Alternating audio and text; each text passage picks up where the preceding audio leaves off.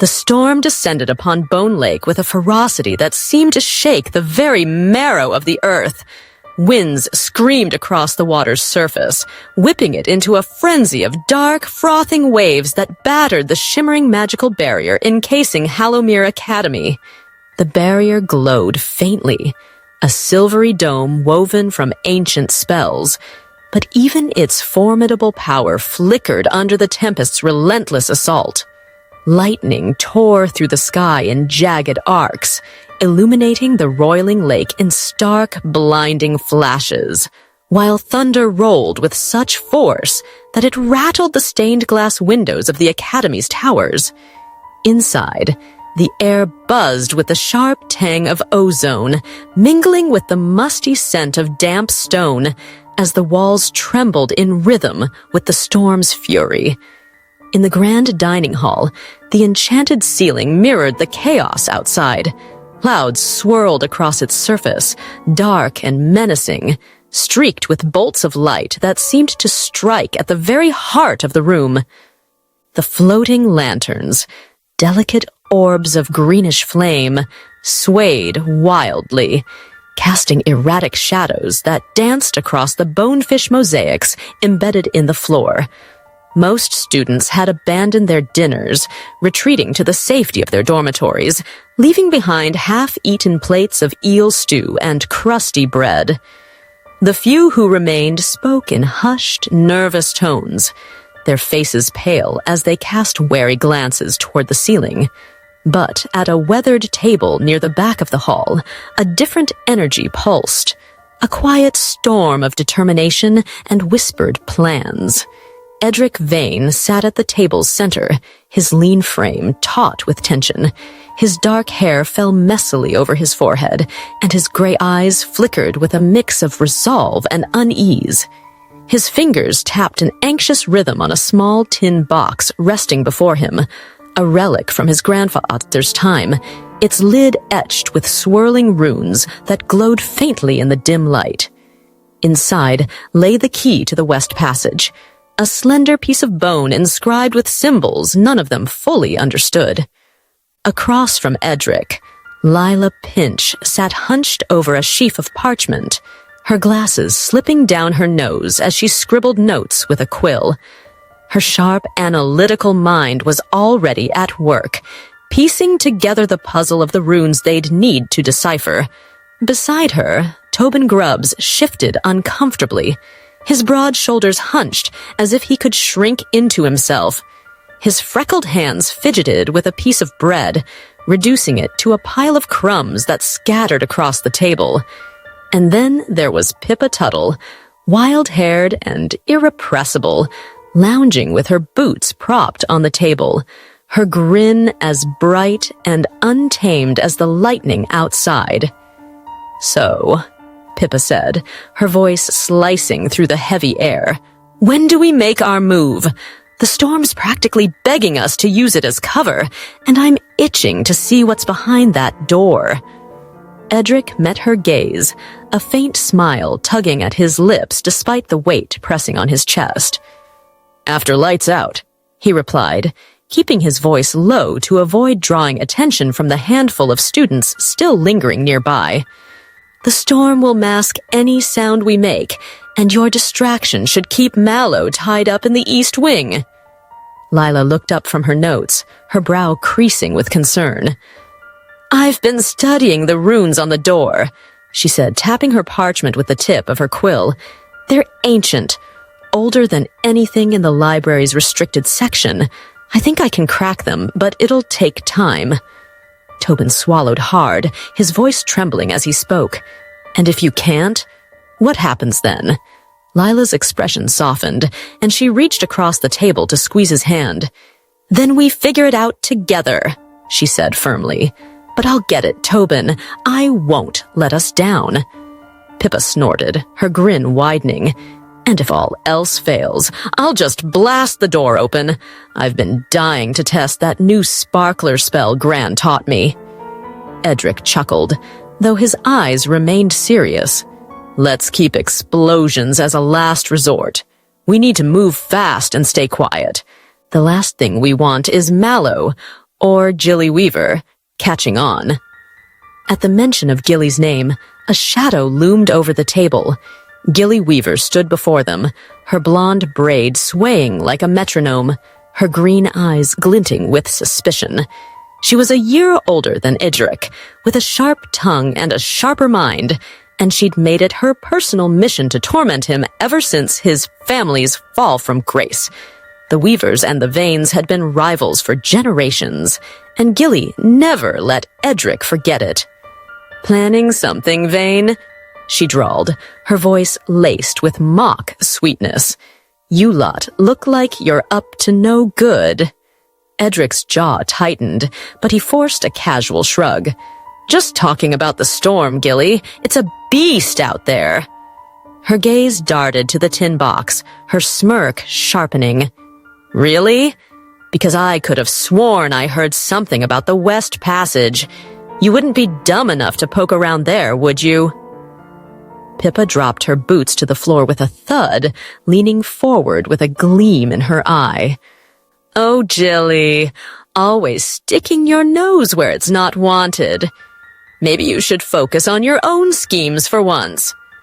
Gilly's eyes narrowed, but before she could fire back, a loud crash erupted from the kitchens, a clatter of pots and a chorus of startled shouts. Pippa's grin turned wicked, and she winked at Edric. "That's my signal," she said, springing to her feet. "See you at the tower." With that, she darted off, her laughter echoing through the hall like a spark in the darkness. Gilly hesitated, torn between pursuing Pippa and pressing Edric further, then huffed and stormed after her, her boots clicking sharply against the stone floor. Edric exhaled heavily, his shoulders slumping slightly. "That was too close," he muttered. Lila nodded, her expression grim. "We need to be more careful. She's on to us." Tobin's face was ashen, his freckles stark against his pale skin. "What if she tells Mallow?" he whispered, his voice barely audible over the distant rumble of thunder. "She won't," Edric said, though a flicker of doubt crossed his face. "Pippa will keep her occupied. We just have to trust her." Lila squeezed Tobin's hand again, her touch a steady anchor. "Pippa's got this," she said, "and so do we." Tobin nodded, his eyes still wide with fear, but he managed a small, shaky smile. "Yeah," he said softly, "together." The hours crept by, the storm growing fiercer with each passing minute. By the time the floating lanterns began to dim for lights out, the dining hall was empty save for the group's lingering tension. Edric gathered his cloak and the tin box, the key inside glowing faintly through the cracks. Lila tucked her notes into a leather satchel, her fingers lingering on the map she'd painstakingly drawn from scraps of overheard conversations and forbidden texts. Tobin clutched his wand, its tip flickering with a nervous spark, while Pippa's absence hung like a promise in the air. They slipped out of the hall and into the mist corridor, a winding passage shrouded in enchanted fog that clung to their ankles like ghostly tendrils. The air grew colder as they moved, the distant roar of the storm muffled by the thick stone walls. Their footsteps echoed faintly, a soft counterpoint to the chaos beyond the barrier. Edric led the way, his heart pounding in his chest, the weight of the key a constant reminder of the stakes. Lila followed close behind, her sharp eyes scanning the shadows, while Tobin brought up the rear, his breath coming in quick, shallow bursts. They reached Water Clock Tower, just as the last lantern winked out, plunging the corridor into near darkness. The tower loomed above them, its spiraling staircase disappearing into shadow, its walls etched with runes that pulsed faintly in the gloom. Edric set the tin box on the floor and opened it, lifting the key with trembling fingers. Its bone-white surface shimmered, the runes carved into it glowing in sync with the distant thunder. "This is it," he said, his voice low but steady. "Once we start, there's no going back." Lila adjusted her glasses, her face pale, but resolute. "We're ready," she said.